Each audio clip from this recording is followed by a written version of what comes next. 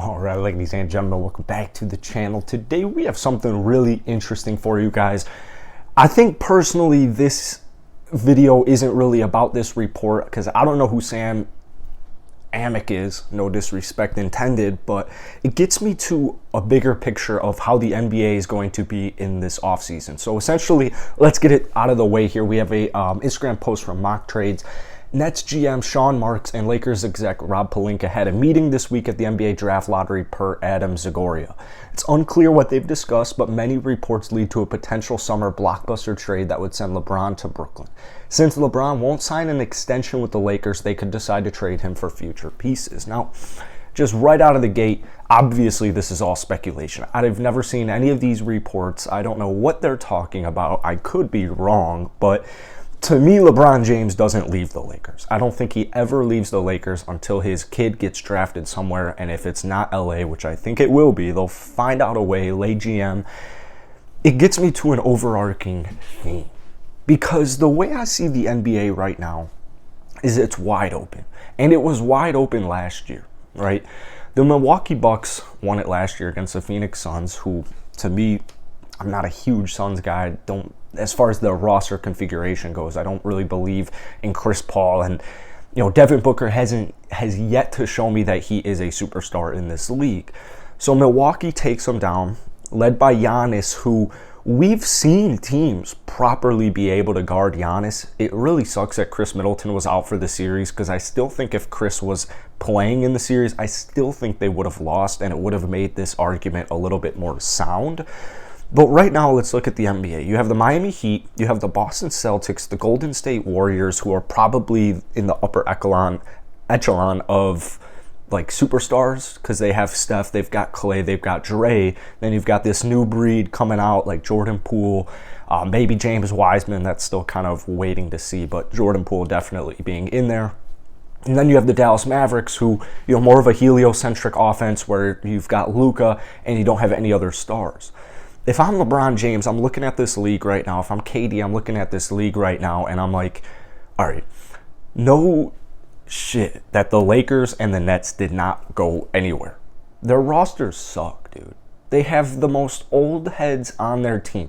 If you're playing Blake Griffin, Paul Millsap, Lakers, Kent Bazemore, Wayne Ellington, and there's no disrespect, Dwight Howard, like, it's just Trevor Ariza. Like, these are the cornerstones to some of these rosters. You're putting a lot of faith in like a 36-year-old man to carry you as far as depth is concerned. Not only are you going to have injury issues, but these dudes are old. We're in this new day and age of the NBA where it's all explosive, it's flashy, three-pointers. Like, yes, defense is very important when you're getting deep into the playoffs and in the playoffs in general. But for the most part, like, if your roster is filled with 33 and up, no shit.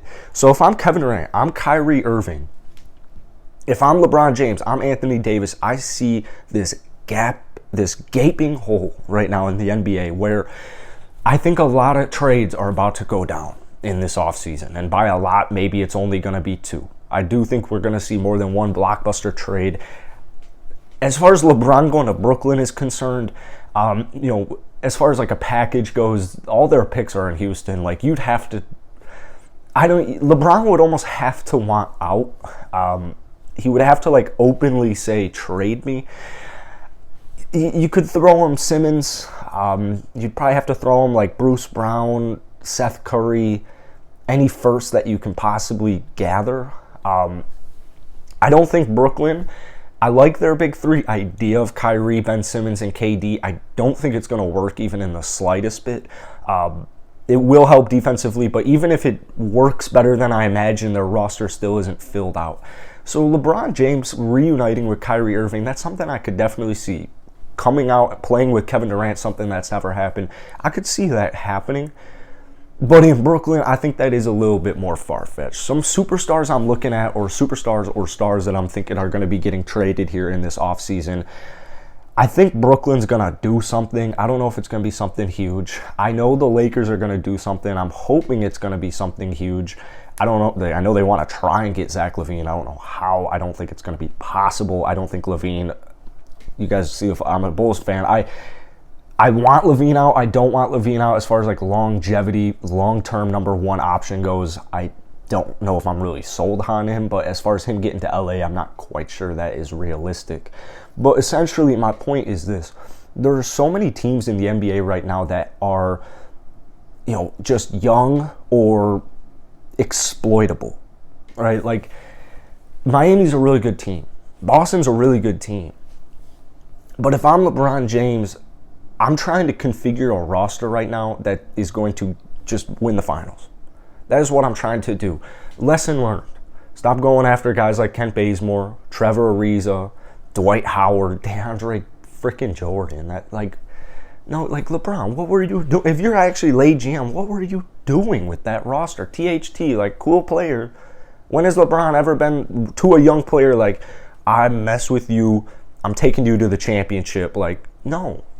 LeBron can't be playing with young players, especially ones who can't really shoot the basketball. So I fully anticipate something's going to happen. I think something's going to happen with the Lakers. I think something's going to happen with the Nets. Utah is going to be in there. I bet the Sixers end up doing something. I wouldn't be surprised if Harden wakes up one day and is like, get me the hell out of here for some reason. I think this offseason is going to be very juicy, and I'm very excited to see what happens. I wouldn't be surprised if Dame gets traded to Golden State. There are a lot of possibilities. We're in that age right now of NBA stars being if they're not happy, they're going to ask out. And whether or not you like it, that's just kind of how it is right now.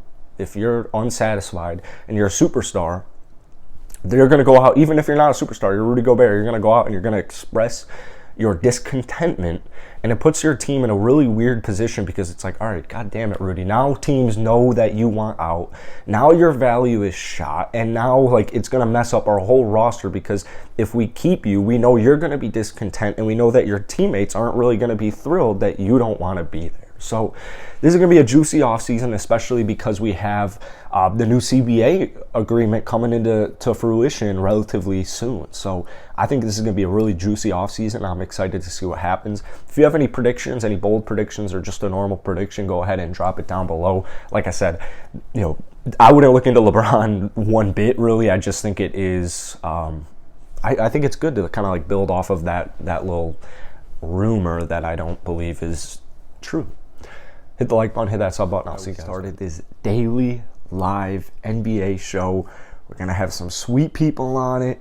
It's live every morning on YouTube at 8:30 a.m. Central Standard Time. It's going to be on streaming platforms afterwards. Great things coming. The link's going to be in the bio. It's going to be in the comment section of all of my videos. So I hope to see you guys there.